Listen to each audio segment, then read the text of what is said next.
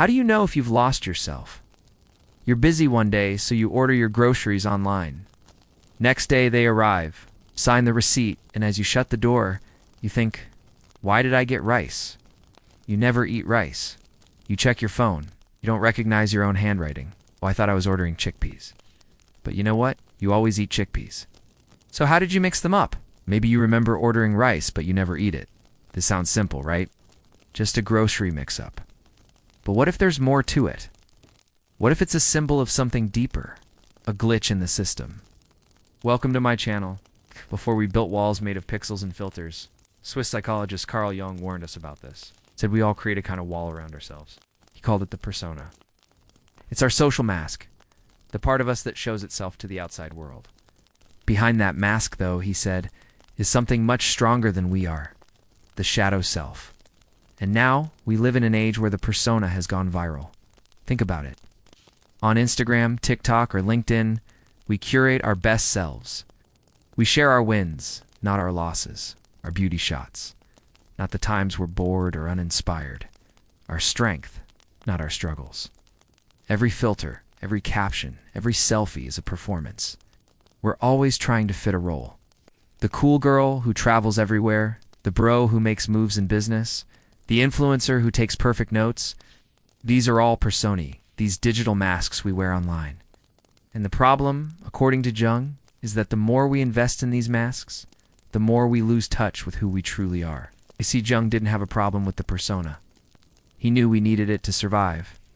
But he warned us that when we mistake the mask for the real face, we lose ourselves. The persona becomes our identity, our sense of self-worth. Then we start molding ourselves to fit the part, squishing ourselves into a box. But we're not boxes. We're alive.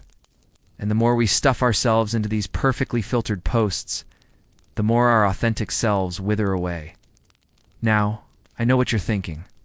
Aren't we all doing it? Doesn't everyone just want to look cool online? Well, yes, but also no. According to Jung, we all have a shadow self. It's the part of us we hide because it doesn't fit the mold. Our messiness, our flaws, our cracks. It's the parts of us we judge and reject. When we pretend we don't feel jealous, or we hide our fear, our sadness, our vulnerability, it gets buried in the shadow. And the more we deny it, the more power it gains. But here's the catch. The shadow isn't evil. It's simply the side of you that doesn't fit the mold. It's your uniqueness. It's your edge. It's your story. And stories, as we know, have shadows too. Think about your favorite movies. The heroes often wrestle with their inner demons. They have to confront their fears and weaknesses to become whole. Same goes for us. Now, in the age of social media, we get constant positive feedback for wearing the mask. For posting that picture of us, acing that test, hitting the gym, smiling at the camera, telling everyone we're blessed. But we get zero room to be raw, to be vulnerable, to show the other side of the story.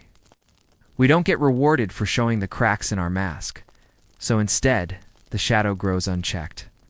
It acts out in ways we don't expect. Burnout, anxiety, depression, or even projecting it onto others. I know this because I've been there.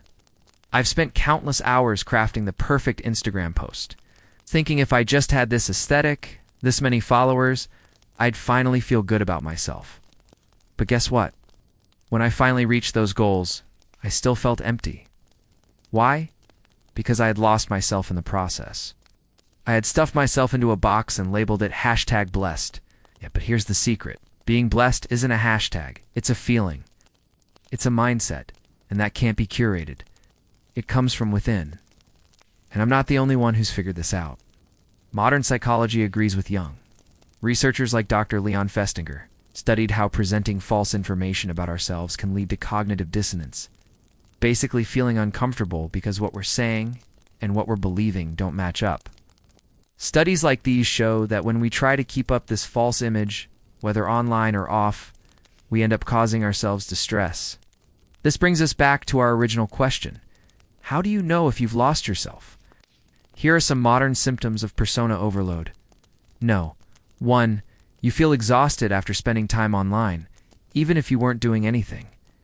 If you find yourself scrolling through social media, and suddenly you re-overwhelmed with a deep sense of fatigue. It's not just mental exhaustion. It could be your shadow self trying to break through the mask.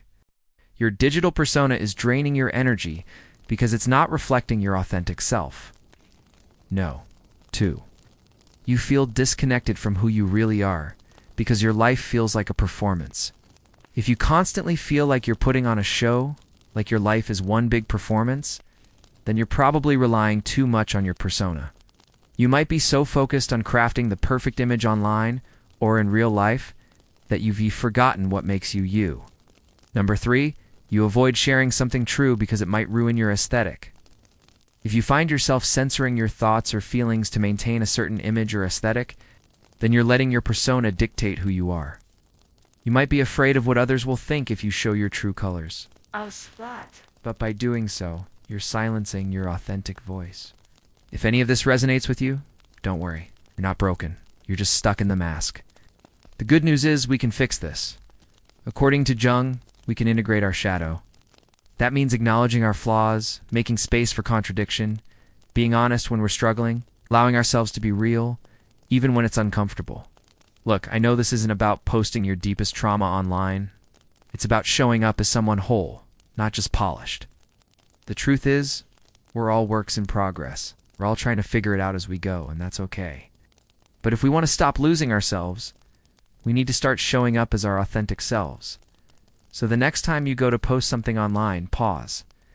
Ask yourself, is this really me, or just the mask I've learned to wear? Don't get me wrong, masks are useful. Y'all wear them sometimes. But when they become our permanent face, that's when we lose ourselves. As Jung wrote, the most terrifying thing is to accept oneself completely.